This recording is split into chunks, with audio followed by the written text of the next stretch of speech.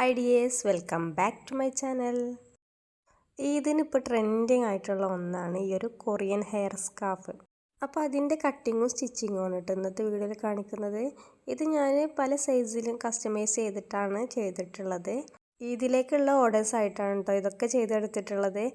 ഇതിലേക്കുള്ള ഒരുപാട് ഓർഡേഴ്സ് കിട്ടിയിട്ടുണ്ടായിരുന്നു കേട്ടോ. അപ്പോൾ ഈ ഒരു ഓർഡേഴ്സൊക്കെ എനിക്ക് എങ്ങനെ കിട്ടിയതെന്നൊക്കെ ഞാൻ അടുത്ത വീഡിയോയിൽ പറയുന്നതായിരിക്കും. അപ്പോൾ ആളുകളുടെ ചോയ്സ് അനുസരിച്ച് ഇത് കസ്റ്റമൈസ് ചെയ്ത് എടുക്കാനാണ് ചെയ്തിട്ടുള്ളത്. കുട്ടികളുടെ ഏജ് നോക്കിയിട്ടും അതുപോലെ തന്നെ കളറൊക്കെ ചൂസ് ചെയ്തിട്ടാണ് ഈ ഒരു ഹെയർ സ്കാർഫ് ചെയ്തിട്ടുള്ളത്. ഹെയർ ബാൻഡും അതുപോലെ തന്നെ സൈഡിലെ ലേസൊക്കെയാണ് കേട്ടോ ഇതിന് കൊടുത്തിട്ടുള്ളത്. 6 മന്ത് മുതൽ 10 വയസ്സ് വരെയുള്ള കുട്ടികളുടെ മെഷർമെൻറ്റ്സിലാണ് ഞാനിത് ചെയ്ത് കൊടുത്തിട്ടുള്ളത്. അപ്പോൾ ഈ ഒരു 6 മന്ത് ആയ ബേബിക്കൊക്കെ നമ്മൾ ഹെയർ ബാൻഡ് വെച്ച് കൊടുക്കുന്നതിന് നല്ലത് ബാക്കിലേക്കൊരു വള്ളി കെട്ടുന്ന രൂപത്തിൽ ചെയ്ത് കൊടുക്കുന്നതാണ് കേട്ടോ. അപ്പോൾ ഞാൻ 2 വയസ്സിന് താഴെയുള്ള കുട്ടികൾക്കൊക്കെ അങ്ങനെയാണ് ചെയ്ത് കൊടുത്തിട്ടുള്ളത്. 2 വയസ്സ് മുതൽ 10 വയസ്സ് വരെയുള്ള കുട്ടികൾക്കൊക്കെ ഹെയർ ബാൻഡിലാണ് കേട്ടോ ചെയ്തിട്ടുള്ളത്. അപ്പോൾ നമുക്ക് വീഡിയോയിലേക്ക് കിടക്കാം. ഞാനിവിടെ എടുത്തിട്ടുള്ളത് സ്പേസ് സിൽക്കിൻ്റെ ഓഫ് വൈറ്റ് കളറിൽ വരുന്ന ഒരു മെറ്റീരിയലാണ് കേട്ടോ. അപ്പോൾ ഇന്ന മെറ്റീരിയൽ വേണമെന്നൊന്നും നിർബന്ധമൊന്നുമില്ല.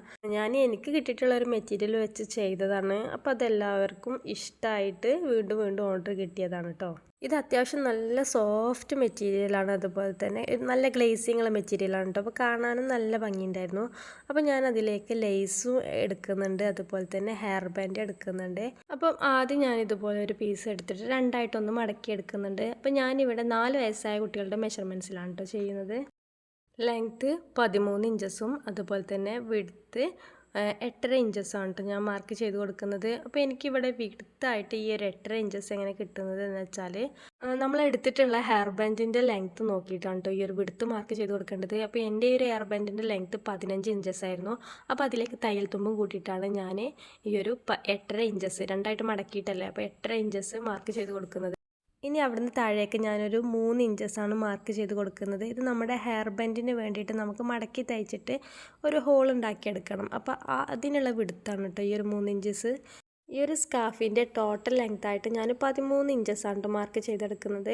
അപ്പോൾ ഈ ഒരു 13 ഇഞ്ചസ് എന്ന് പറയുമ്പോൾ നമുക്ക് തയ്യൽ തുമ്പും കൂടി കൂട്ടിയിട്ടാണ് കേട്ടോ 13 എടുക്കേണ്ടത്. ഇത് നമുക്ക് 4 വയസ്സായ കുട്ടികൾക്ക് ഒരു 10 ഇഞ്ചസ് ആയിരിക്കും ഇത് തയ്ച്ച് വരുമ്പോൾ വരുന്നത്.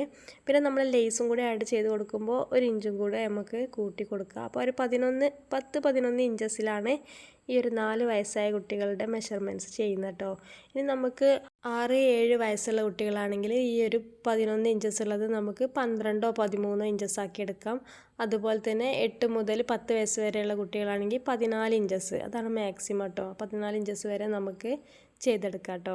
അപ്പോൾ അതിലേക്ക് നമ്മൾ തയ്യൽ തുമ്പും കൂടി കൂട്ടണം. ഈ ഒരു 14 ഇഞ്ചസ് കിട്ടണമെങ്കിൽ നമ്മളൊരു 16-17 ഇഞ്ചസ് ആക്കിയിട്ട് അത് കട്ട് ചെയ്തെടുക്കണം. അപ്പോൾ ഇതുപോലെ ഞാൻ ആ ഒരു ഭാഗം കട്ട് ചെയ്ത് എടുത്തിട്ടുണ്ട്. ഈ ഒരു ഷേപ്പിലാണ് നമുക്ക് കിട്ടുന്നത്. ഇനി നമുക്ക് ഇതിൻ്റെ എഡ്ജിലൂടെ ഒന്ന് മടക്കി തയ്ച്ച് കൊടുക്കണം കേട്ടോ. ആദ്യം ഞാൻ അതാണ് ചെയ്തെടുക്കുന്നത്. ഇതിൻ്റെ എഡ്ജൊക്കെ ഒന്ന് മടക്കി തയ്ച്ച് കൊടുക്കുന്നുണ്ട്.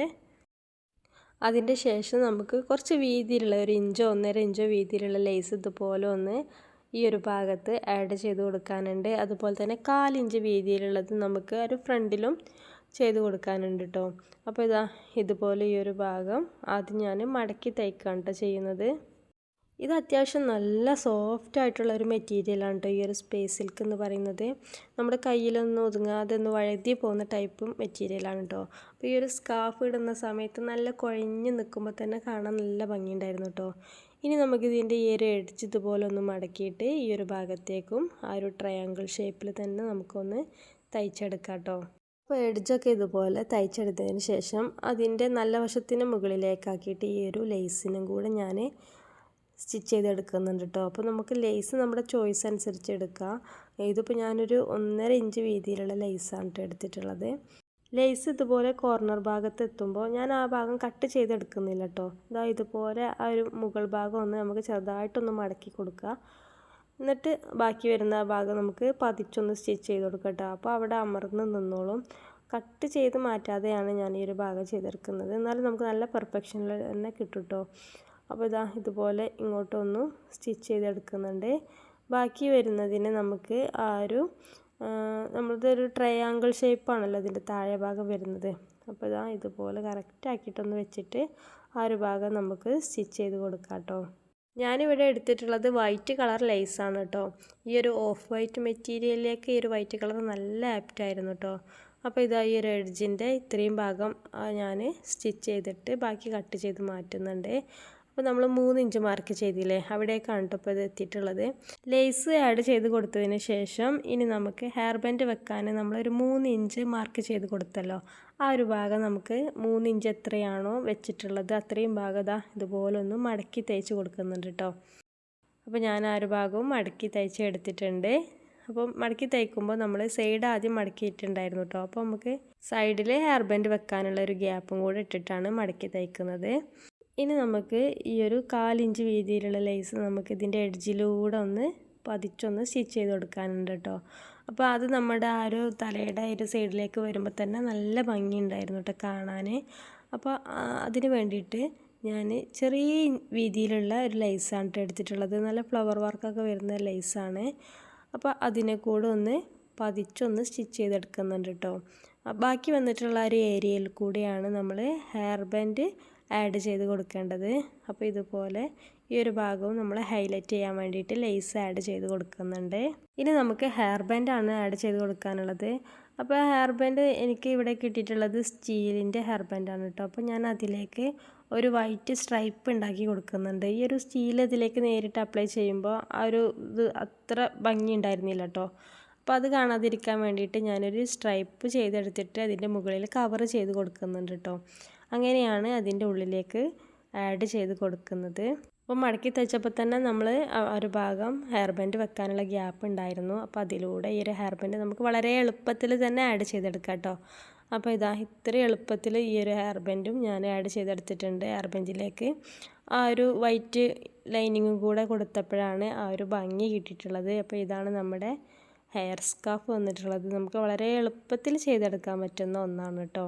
ഞാനിത് വൈറ്റിലും ഓഫ് വൈറ്റിലും അതുപോലെ തന്നെ പിങ്കിലും ബ്ലൂവിലൊക്കെ ചെയ്തിട്ടുണ്ടായിരുന്നെങ്കിലും ഈ ഒരു ഓഫ് വൈറ്റിലുള്ള മെറ്റീരിയൽ വെച്ചിട്ട് ചെയ്യാനായിരുന്നു എനിക്ക് കൂടുതൽ എൻക്വയറീസും ഓർഡേഴ്സും കിട്ടിയിട്ടുണ്ടായിരുന്നത് കേട്ടോ. അപ്പോൾ ഇതിലേക്കുള്ള കുറേ വർക്ക്സ് ഇപ്പോഴും പെൻഡിങ് ആയിട്ട് കിടക്കുകയാണ്. അപ്പോൾ എൻ്റെ ഈ ഒരു തിരക്കൊക്കെ കഴിഞ്ഞതിന് ശേഷം ഇതിനെ പറ്റിയിട്ടുള്ള കൂടുതൽ കാര്യങ്ങൾ നിങ്ങളായിട്ട് ഷെയർ ചെയ്യുന്നതായിരിക്കും. അപ്പോൾ ഈ ഒരു വീഡിയോ ഇഷ്ടപ്പെടുകയാണെങ്കിൽ ലൈക്ക് ചെയ്യാനും ഷെയർ ചെയ്യാനും മറക്കരുത്. Thank you for watching. Bye bye.